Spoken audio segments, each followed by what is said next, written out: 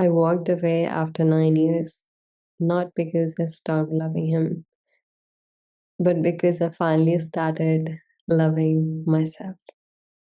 Hello, and welcome to episode 5 of the Desi podcast. I'm your host, Shubhangi, and I'm here to help you heal your heartbreak, feel more love, and open your heart again. In today's episode, I want to share my story of heartbreak and healing and what the journey has been like for me from knowing that I need to walk away to actually walking away 3 years later.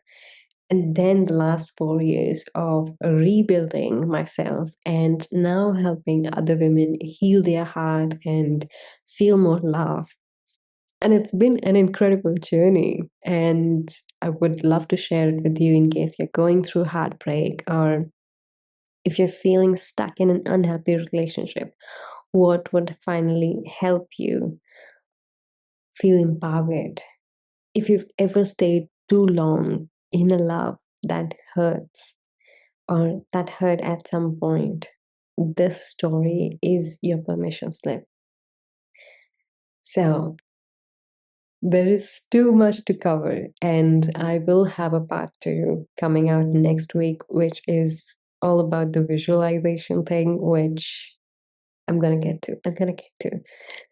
But there is so much in the story. I will try to share as much as I can, but I don't want to bore you in one episode because we don't want it to be 10 hours long.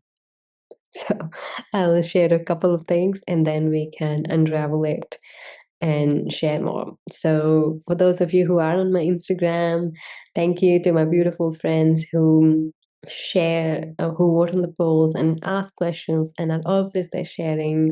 This question was asked by my friend Tej around how do you help or what advice do you have for younger women who are going through heartbreak?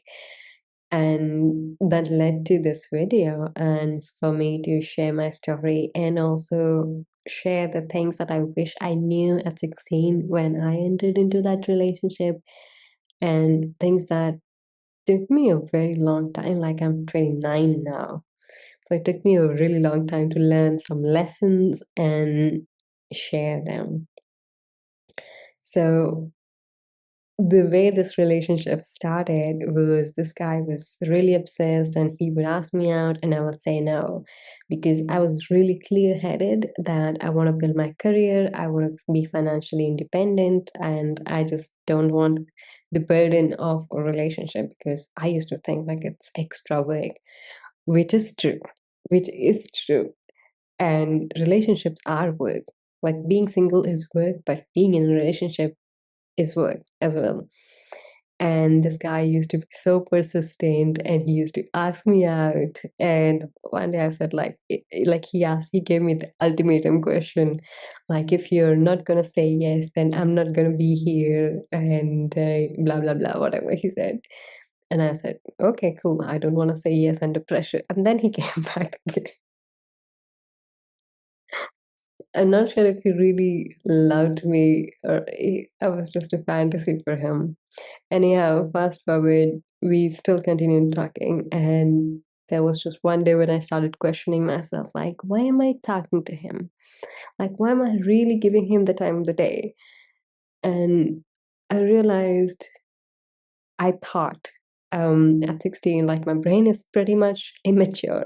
No matter what I say, no matter what people say, like, you're so mature for your age, which I got as a I used to think it's a compliment. It's not, it's a trauma response, and people are just telling you you have trauma, but you're thinking it's maturity. Anyhow, that's sidetracking. So I'm thinking this one day, oh, I must be really in love with him because he's the only guy I talk to. And I actually looked forward to his messages. I think it was not love, but the attention that I was seeking, and I used to feel so like giddy and just the 16-year self, for yourself. And if you're not 18, by the way, why are you watching this video? Anyhow, we don't talk about any explicit things except I swear at times. So if you're not 18, but at least 14 years old, please Don't be watching this video if you're listening. That's 14. Like, I don't want you to learn bad words with me. Anyhow, coming back to my story, I thought, oh wow, I must be in love with him. And I shared this realization with him like, I think I'm in love with you. I think I like you. And that's how it started. And it was just so weird not thinking about all of that. But what I know now and what I would have done differently had I known all of this before was if someone's not respecting your boundaries, if someone's not respecting your no, the entire relationship will be based on you not feeling respected, which I did feel like I was not respected in the relationship. Because the premise of the relationship, the beginning of the relationship, I already compromised with my respect. I already compromised with my boundaries. And this person knew, even though we both didn't know the concept of boundaries back then, but there had been this subconscious agreement that you can walk all over her, like her no means nothing because my no, like I backed out on my no. I still kept talking to him because I liked the attention, not gonna lie. It kind of felt good at 16. And this bleeds into the second point that I want to talk about, which is attachment styles. And by the way, if this is making so much sense to you and you're loving it, you're gonna love my upcoming workshop. I'm not gonna reveal the name yet, but I'll put the link for you to pre-register. It's completely free. We're gonna talk about boundaries, we're gonna talk about attachment styles, and the other third pillar that I'm gonna talk about. Anyhow, so you can pre-register right now. It would be free. It would be a 3-day event. You can come live. You can also get the replays for a 15-day period. You'll have access to the replays and you can just learn so much more and have so much more understanding of how you can heal your heart no matter where you are in your journey. So yeah, that's something I would love. Coming back to the topic, attachment styles. Oh my God. I did not have healthy relationships growing up. I used to be the oldest daughter, so have no needs, don't have needs. And I used to get this compliment a lot, right? Like, you are so mature for your age.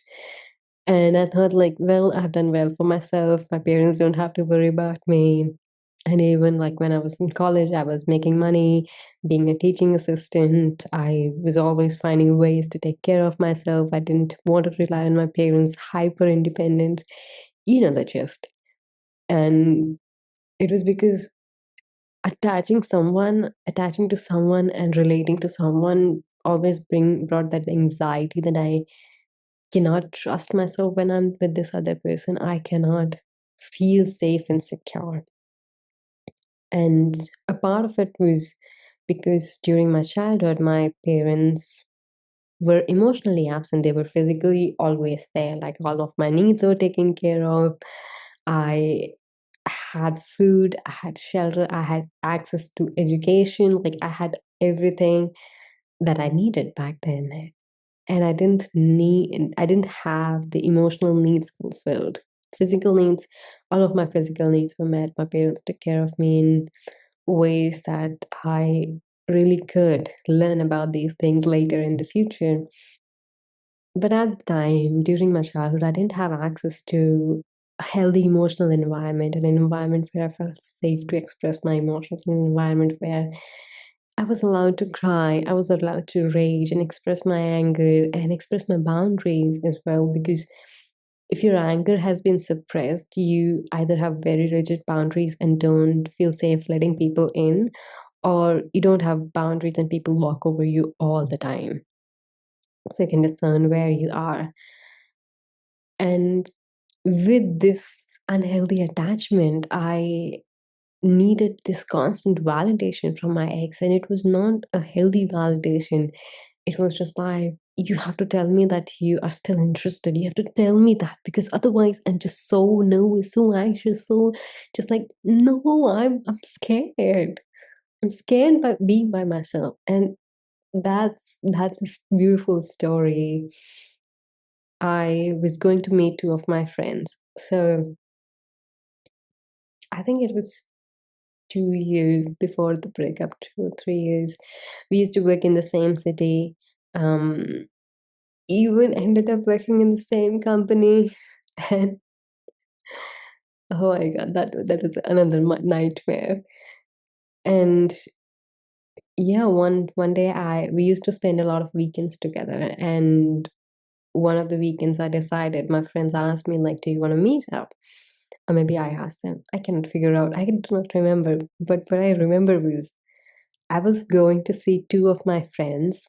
It was a 40-minute auto ride, and after 5 minutes, I just like cried like no one is watching, because I felt so alone in those moments. Like I cannot be by myself. I cannot be my whole self. I cannot be this person who has this healthy identity and this sense of self and worthiness.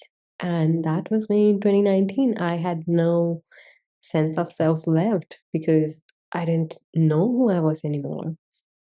And that those were those micro shifts, those micro moments when your brain starts remembering, like, and making these connections, like, oh my god, like I'm in trouble.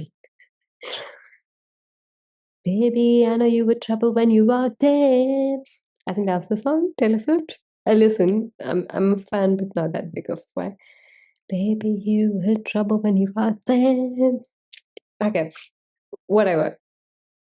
I had these micro moments, and probably you can relate to this too, like during your heartbreak and healing, and you didn't come to a breakup with a friend or a coworker or maybe a romantic partner, just to, on that moment, like there were moments, there was build up, and you were like, okay, I can conquer this. Okay, I can take care of this. And I had realized over the course of this relationship, like how many boundaries have I compromised on? How many times have I not felt that safety and validation that needed to calm down my anxiety? And more than this, uh, okay, I always say we are coming to the end of it. We're coming to the end of it. I always say that, oh my god, I forgot what I was gonna say. Shit. I forgot what I was gonna say. Lost the train of thought. Train wreck. We are in a train wreck. Yeah, I was gonna talk about self-love. So the last year of the relationship was the most tumultuous one because I broke up with him like 3 times and went back, and then fourth time I broke up when I finally decided I'm moving on. And during that 1 year period when the on and off situation was going on, I remember him once telling me, "You should not write about your friend, or you should not write about things that are happening in your life. Like, you should not be so open and so talk about things." And at some level, I understand it's about safety. But in a lot of ways, I felt my creativity, my expression, my humor.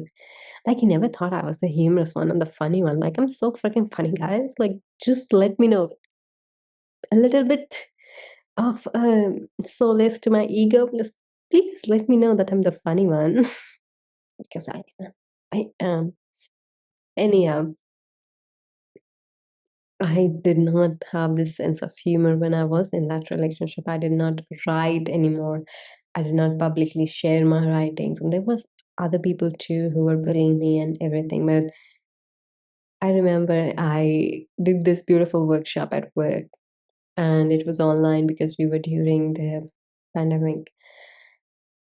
And I was so happy because I finally did a workshop on emotions. And like we wrote these beautiful letters to our emotions. Like I wrote a letter to jealousy, someone wrote a letter to remorse, someone did to grief. It was the first time I had conducted an online workshop, and it was at work. So it was not a very in-depth workshop, but it was a good one. And I remember telling him, and him saying, "Oh, so you're bringing psychology to that club." And it didn't feel supportive at all. It just felt like mockery. And it was over text, so maybe he was supportive, but I didn't hear congratulations, I'm proud of you, like you go girl. Nothing like that. And it broke my heart again and again because I thought, like, what a dumbass am I? Like, why am I in this relationship with this person who is not supporting anything that I'm doing? And he wanted everything on his terms, and I didn't feel it was almost like he was getting all the benefits of the relationship, and I was carrying all the load of the relationship. And I did love him a lot, and it was really hard to walk away. I knew I was sitting on the terrace one evening and doing my evening spiritual practice, my sadhana that I used to do back then. And I remember, like, I just heard this. Like, I usually hear words when it's like from something up above, like God, source, universe, channel. It just felt like they were all saying and screaming to me, "You have to let him go. You have to let him go. Let him go." And I remember just like that child who just doesn't want to open their hands. And it's like, my toy is broken, but I will not give it to fix you. Give it to you to fix it. Sorry. I will not give my toy to you to fix it, even though I know you can fix it. But I'm not opening my hands. I'm not opening my hands to God. I'm not opening my hands to universe to fix my heart, to fix my love life, to heal me. And I remember in that meditation, like I cried for 45 minutes, an hour, I don't know how long. But in my heart, I knew the right thing was letting him go. Like, I cannot change him anymore. I cannot make him different. He will not be a different person. It's gonna suck a lot to heal from this heartbreak. But in that moment of my connection with God, with Source, with the universe, I knew that I'm connected to something much deeper, something that's more loving and kind and gentle and generous. And I knew it was time to let him go. I just knew, even though I loved him dearly, I loved him a lot, he was not going to be the person I can do my healing with because I'd already forced my healing on him for 3 years. Like I was already doing these workshops on emotions, I was already learning, and I was already practicing self love. But he was not coming along.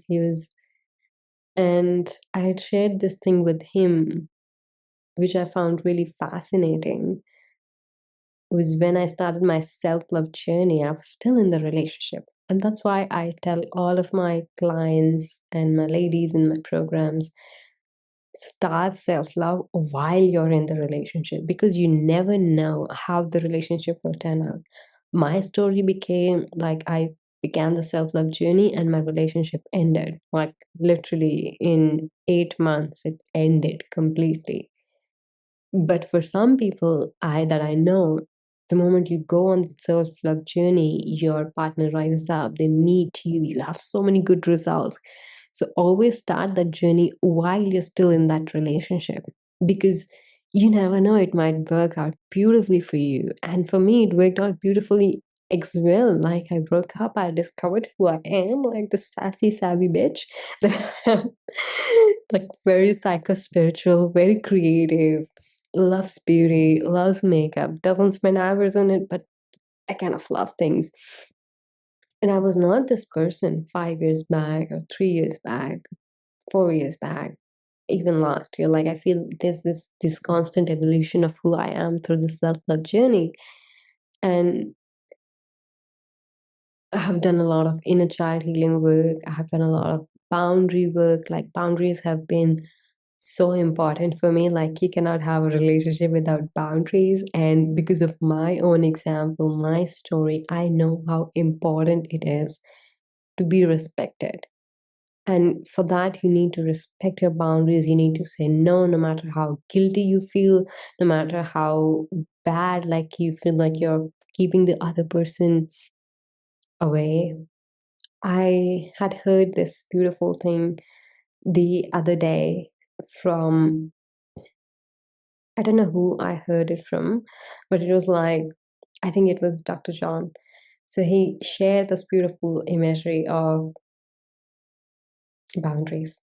So it's like you have this protective layer or this wall around you, which you've done for your own safety. And the other person is continuously coming and hitting the wall and they're getting hurt.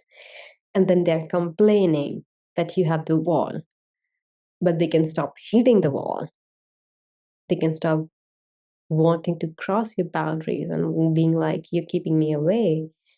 They can actually learn that to love you with your boundaries. But instead, they want you to not have boundaries at all and for you to compromise.